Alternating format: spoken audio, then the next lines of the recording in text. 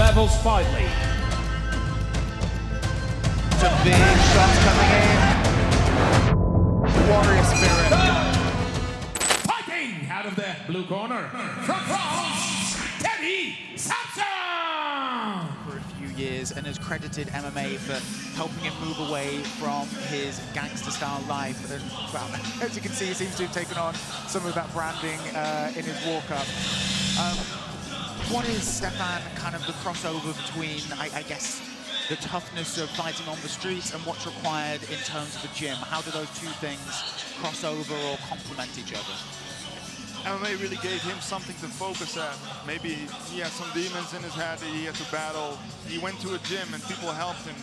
People helped him channel that energy into something good, instead of something bad, which he used to do before that. So now he's here fighting a professional fight, which is just amazing. And I'm very excited. I'm going to be coaching David in a little bit, but this is a very good opponent for him, physically strong. Made a good debut at LFL at New Talent, so I'm very curious to see how this fight is going to go. Yeah, it's going to be an excellent fight. And on that note, so Teddy had his first, he fought on LFL New Talent amateur competition. Went by submission in round 2. Robin, what's the step up between taking an amateur fight and getting a pro one? Is there a mentality change? How do you see it balancing out? You know, I would say yes, because the pressure is different, the meaning is different.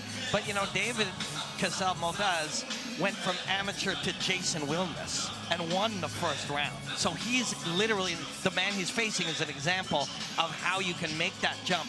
In the end, all of your fighting is a body type and a collection of skills. It doesn't matter if it's pro, it doesn't matter if it's amateur, it doesn't matter what his name is. He's a body type and a collection of skills. And if Teddy goes in focused on David's body type and collection of skills and not on what the meaning of all these other things, that's how he'll do the best. But hey man, he's gonna have Stefan Struve cornering against him, so that's not good. Yeah, it's going to be a scary thing to look over and see such a legend, giving instructions to the person against you in a fight. How much do we think the age is going to play a difference here? Obviously, Teddy Sampson, almost 35 years old.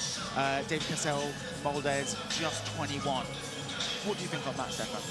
He's got a lot of life experience, of course, but David is an exceptional athlete. He's trained very hard for this fight, so especially when the fight goes longer a little bit, when you're younger, you tend to have the edge over there, but we'll see about that in just a little bit. Well, then his opponent fighting out of the red corner from the Netherlands, David Cassel-Moldaz.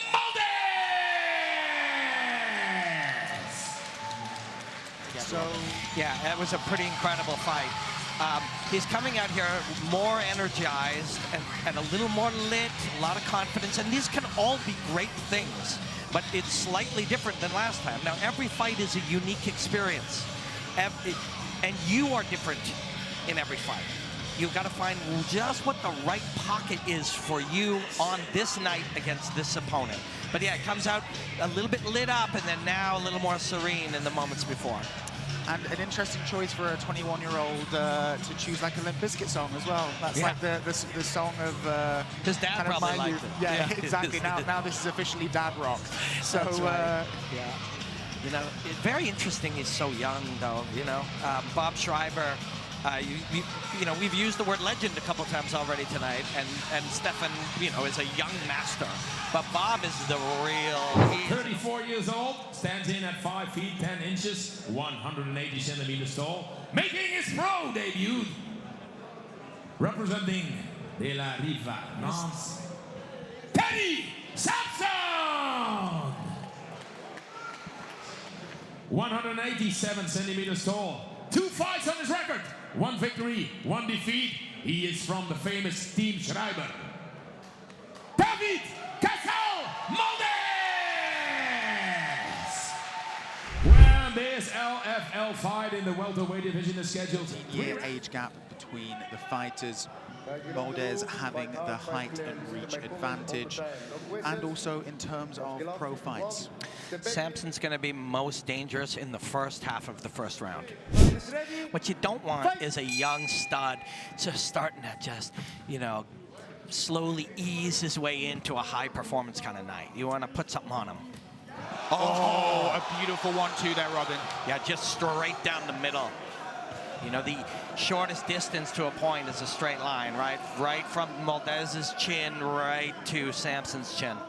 And if your point about you know, the most dangerous time for Moldez being those first 30 seconds, a minute, first round, where Samson's got that energy, not a bad position for him to be in. And great coaching like he has are going to say straight punches.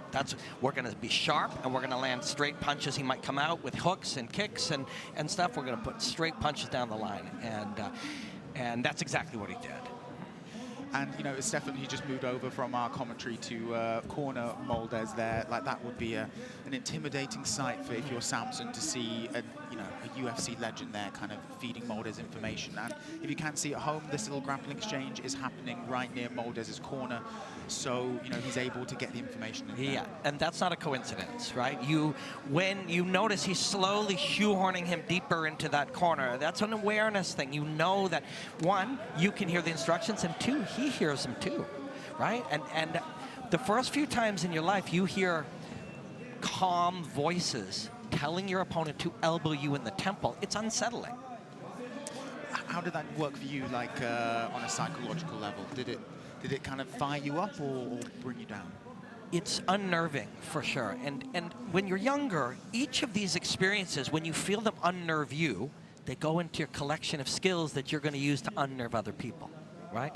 So, for example, David might be, well, that's a nice shot. Just sweeps the guard to the side and fires the right hand. You know, he's right back on somebody, the head to the chin here. You know, that all of these little choices and movements and selections, they all, you know, they pressure you and they stress you. Now his knee inside the bicep trying to open up Samson. Yeah, he'll be looking here to either switch into, you know, from this half guard position into a full guard or side control. Yeah, he's actually kind of liking it. You can see there's sort of diagonal or contralateral, they say, where you're on the right thigh and you're pressuring the left shoulder. So that's what he's doing right now. And he's doing it with his forearm across, now head under the chin. But when you diagonally control a man like that, again, you see right thigh down, controlling the left shoulder. Now you open up that other side, and then you start feeding him with the free hand or the free elbow. And now he'll feed the hand underneath. The right hand, he's going to, there. The old, Khabib made that famous, and now he'll punch from over top. You know, Khabib made it famous, but there was plenty of that, you know, those types of rides before Khabib. And this is not a good position to be for Samson, because if he's not careful, he can give up his back here, and he's getting wailed on a little bit on the face. Yeah, and you see the right wrist is being controlled. That right wrist not only controls the hand, which is now flat on the ground, so it can't protect him from the left, but it's also controlling the whole body. So he's essentially low-mounted on the thighs, right hand controlling the right wrist with a free left hand to punch. It's an ugly spot to be in, and you know, not much you can do. The ref might stop it. Yeah, there were some pretty big shots coming in there, and you could see Samson's face was looking pained and deeply uncomfortable with this position. And still a minute and a half to go here. That could be it. Could stop that right now, and he will. There we go. Wow, what an absolutely dominant performance by Moldez there. A beautiful 1-2 to put him down, a little exchange, and then Robin, Moldez just worked methodically, strategically to get into a position where he just overwhelmed Samson with strikes. Yeah, there was a lot of skill here. There was a lot of technical skill shown here. And strategy as well. You know, when you're taking somebody and you're disassembling a human being by controlling their lower body and controlling aspects of their upper body while keeping a weapon free, that's all by design. That's a very skilled and intelligent fighter. Yeah, it's considering this kid, Moldez, is 21 years old. That's his third professional fight, and he looked absolutely fantastic in that. Stefan has rejoined us. Stefan, I mean, Bob and everybody just had to love everything they saw there. Yeah, no, it's really good. Everything we trained, that straight right in the beginning, perfect placement, and then that wrist right he grabbed. Yeah. Just step by step. I was talking to him, but I saw he was taking all the right steps. These are the things we train, and when a fighter does that, especially at his age, you are cage side, you're coaching, there's no other way to love that. Yeah, it's just a thrill. You know, people see that wrist ride where he controlled the right wrist and they think of Khabib, but Randy Couture and Tito Ortiz and Mark, that's been around for long before Khabib. You know, although 3 minutes. 45 seconds in the first round by referee stops contest. The man in the red corner, David Casal-Moldez. And now we're going to hear a few words from Moldez here, Robinson the Cage, and we'll get his thoughts on the bout. I'm here with David Casal-Moldez. Congratulations, sir. David Casal-Moldez, an absolute talent, a 21-year-old who the sky is the limit and